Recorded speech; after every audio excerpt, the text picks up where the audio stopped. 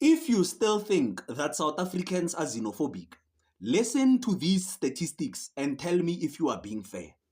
Because I did a thorough research to count how many foreign prisoners we have in South Africa and how many foreign prisoners are there in different African countries. And you will see that what is happening here is not tolerated anywhere in Africa. Ghana has 995 foreign prisoners. Kenya has 360 foreign prisoners. Egypt, 1,200 foreign prisoners.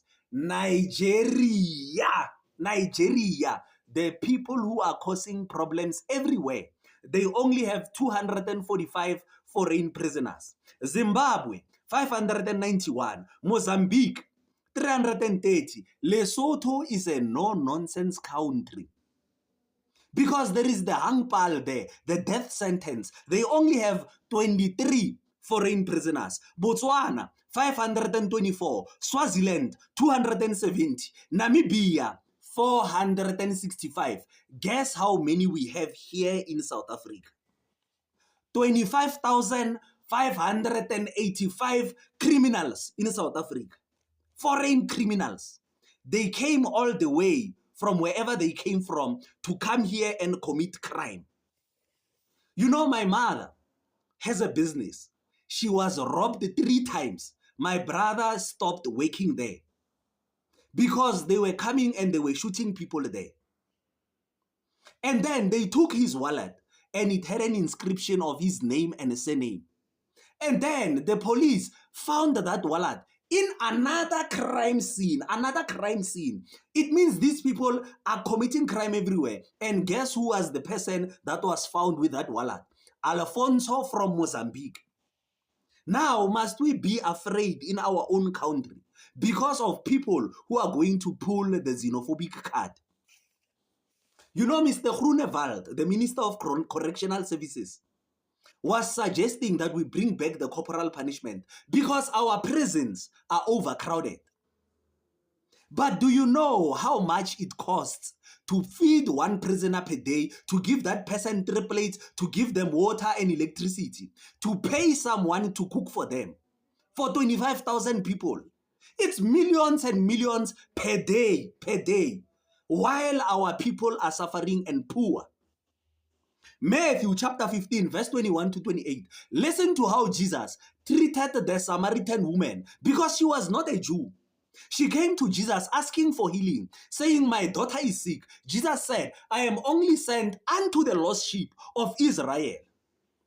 I cannot take the children's bread and cast it unto the dogs."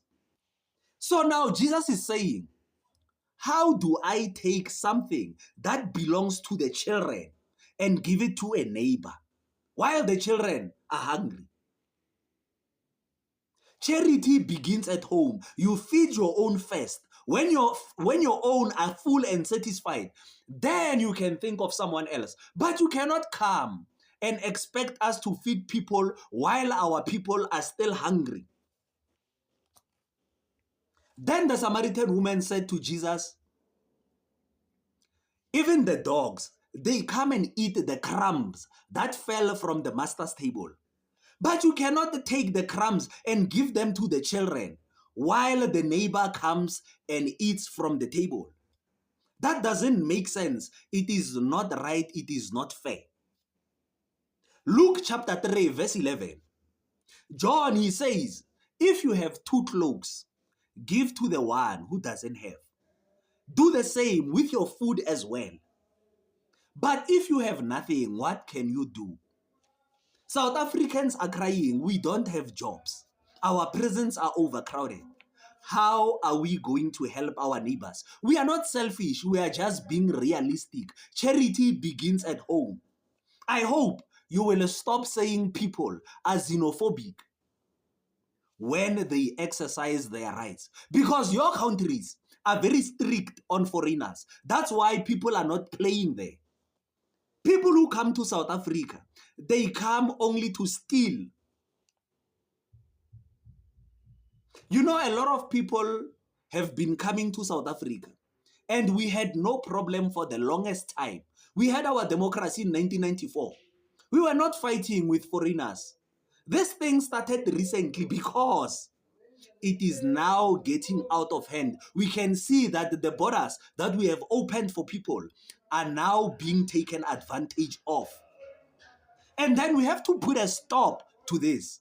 And without hard feelings, people should not complain. They should understand that what is happening to us is not tolerated anywhere in the world.